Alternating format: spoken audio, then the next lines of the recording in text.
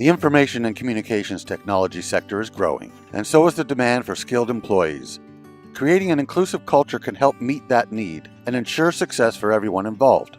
Meet some of the team at D2L, an education software company and an employer champion dedicated to increasing accessibility. D2L has experienced both the challenges and benefits of creating an accessible workplace. We'll learn why and how they're creating an inclusive culture and how you can do the same. D2L has always had inclusiveness in its DNA since it started. It was one of the fundamental things that the company was always about, around accessibility and access to education. So that permeates a lot of what we do at D2L. And talking about the benefits of it, a lot of it is around thinking about the people that you want to work with and the people that you actually work for, right, and services you provide them. That understanding of people is pretty important. We're a software company, and so that aspect of user empathy and that people empathy with how people are working and what challenges they face is pretty fundamental when we're trying to build software right. And so it's fantastic. We also get some pretty big advantages by having people on staff with particular those challenges that help us get an even better perspective in-house of these things. Ontario needs to become more accessible to all. Ensuring your business is compliant with the law, including the Accessibility for Ontarians with Disabilities Act and the Ontario Human Rights Code, helps increase accessibility. But what creates even greater success for people with disabilities and your organization is understanding and valuing the benefits of building an inclusive culture. Employers often want to make things better but don't always know how. Sometimes it's about ensuring physical accessibility, but there are other ways to show your employees and the public that inclusion matters. I think one of the greatest challenges I and some of the people around me have faced is just not even being aware of some of the biases that we have or some of the assumptions that we hold. So making sure that the diversity is all around you, then you have many coaches within the workplace who are then bringing things to light.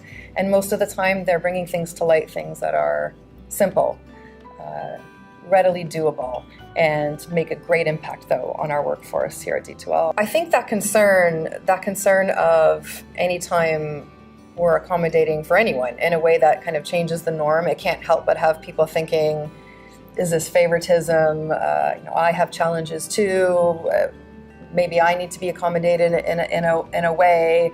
Frustration. Is somebody working more or less? It's a very kind of psychologically human way to respond to what can appear on the surface as differences that don't feel fair, but really making sure to equip your leaders, and that we're trying to equip our leaders with the skills to navigate some of those conversations openly, transparently, within reason and comfort level of all those involved, telling the stories and celebrating when it works, so that those around who might not be involved explicitly start to understand that this is not favoritism.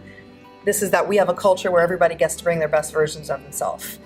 The one thing that I would say is most important is to realize that it's just differences. There's nothing like a disability. A disability happens when the environment cannot match the needs of a person. There are only differences. We have people with disabilities today because we haven't yet made the environment suit everybody. D2L has offices in a number of cities. In some places, we are lucky to have built environment that is accessible, and in some places we are not. For example, downtown Toronto office, it's in an old building.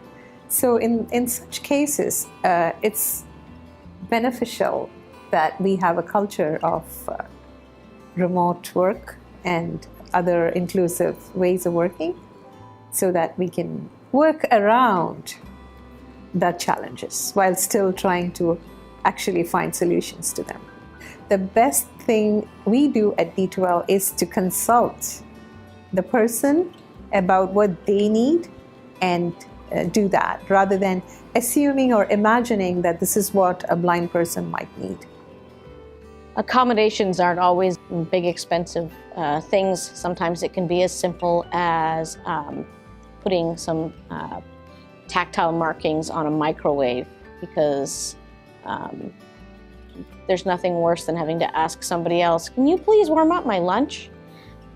So I spoke to my manager, and she said I could speak to facilities we found some cheap bump dots from the Braille bookstore and bought a few different shapes. And then we went down together, myself and a person from facilities, and we stuck them on in strategic places. And it's a simple thing, but I can warm up my lunch and I don't have to bother anybody for something as basic as that. It can be a bit tricky because of the open concept way the building is laid out. So what I do is, if we're going to a meeting together, I'll just follow the herd, or Tansy's really good at following my colleagues, or we sometimes, because we have remote employees, I'll end up meeting over Skype or Zoom and having meetings remotely, just like the remote employees do, and it works really well. Part of my job is working with designers to try and make an accessible product from the beginning. So I'm part of the team. I find out what is being built, and we get to sit down right at the beginning and discuss what would be a good accessible workflow so that the users get a good experience. The majority of accommodations in the workplace rely less on equipment and more on understanding and flexibility. When I was in high school, I was diagnosed with depression. It went away after a few years, but that was my experience with mental health. After I'd been at D2L for 4 years, my employer they ran a Bell Let's Talk Day. Following the Bell Let's Talk event, a few months later, I was in therapy and I started medication. And shortly after that, really a few days after that, I went to my manager, Matt, and I told him that I was on medication for anxiety. This was so that he could help me and so that he would know. My first reaction when he did that was to try to figure out, is there anything we can do better for him? Whether that's within the team, whether that's with my relationship with Carl, or at D2L as a whole. Carl came to me. We have regularly scheduled one-on-one meetings. I do this with all of my employees to give them a chance to talk about anything that's bothering them or things that are going well, and it gives us a chance to share feedback back and forth. I often try to do these outside the building, weather permitting. I find that gives people a greater chance to share more openly. So on one of these one-on-ones, Carl did share with me that he was feeling close to burning out. My first thought when Carl brought this to me was what can we do to help? Carl is an awesome employee, and he's someone that we want to make sure that we keep within D2L. So making sure that we can keep him not burning out was top of mind. All of this to me is once again in line with viewing my employees as people and needing to understand that they bring their whole selves to work. And if they can't bring their whole selves to work, then they're not going to be able to contribute.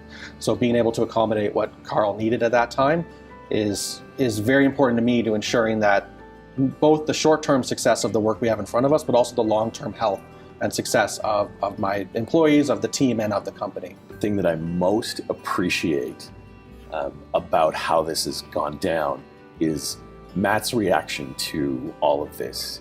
He appreciates that in order for me to be the best employee, I have to take care of myself. Work-life balance is something that's very important, and I think a lot of times we assume work-life balance occurs at the break between work and life, but work-life balance to me is 24/7. So when an employee comes to work, they bring their life with them to work, and that affects everything that they do day to day. Especially in IT, where a lot of the work we do is in our heads, being healthy and being present and being able to bring your whole self to work is extremely important for me to be able to get the best work out of the team of people that I have solving a project. When your organization and leadership display a strong and consistent message of inclusion, you will broaden both your marketplace and your pool of potential employees. I think that expectations of employees are changing. That especially with younger employees, that they've grown up in a world that is more inclusive than it ever has been. And I think those expectations go with them as they go through life, as they go through school, and as they move in, transition to the workforce. And I think that those expectations are being put on employers everywhere to be able to bring on the right people, regardless of what their specific set of capabilities is. That the more roadblocks that you put in front of that, the more likely you are to lose people that could be adding tremendous value to your company and to what you're trying to accomplish. I think one of the things we've learned is one of the most important pieces is making sure people see themselves in us at D2L. If they look at our website or if they follow our LinkedIn page, particularly people who are considering coming to work for us, and they don't see themselves, I think it naturally stops people from perhaps even applying. We're just really making sure we're conscious of what stories we tell on our website and on our LinkedIn page so that hopefully people see themselves and think, oh, that might be a place where I could apply, so that people will know that this is their space, know that this could be their home too. So I'm hopeful that D2L and other companies will just continue having the conversations, even if the conversation is just, we don't know what conversation to have yet, or we don't know where to start. That's the first step, is to just say, we need to have a conversation so that we can keep making all of our workplaces a place where everybody's welcome and they get to really engage as much as they can. Inclusion benefits everyone: employers, your employees, and your customers, your community, and your provincial culture and economy. Take the first step to become an employer champion. You'll be glad you did. We can help you find and retain qualified employees, and everyone can benefit from economic prosperity, social growth, and a more inclusive Ontario.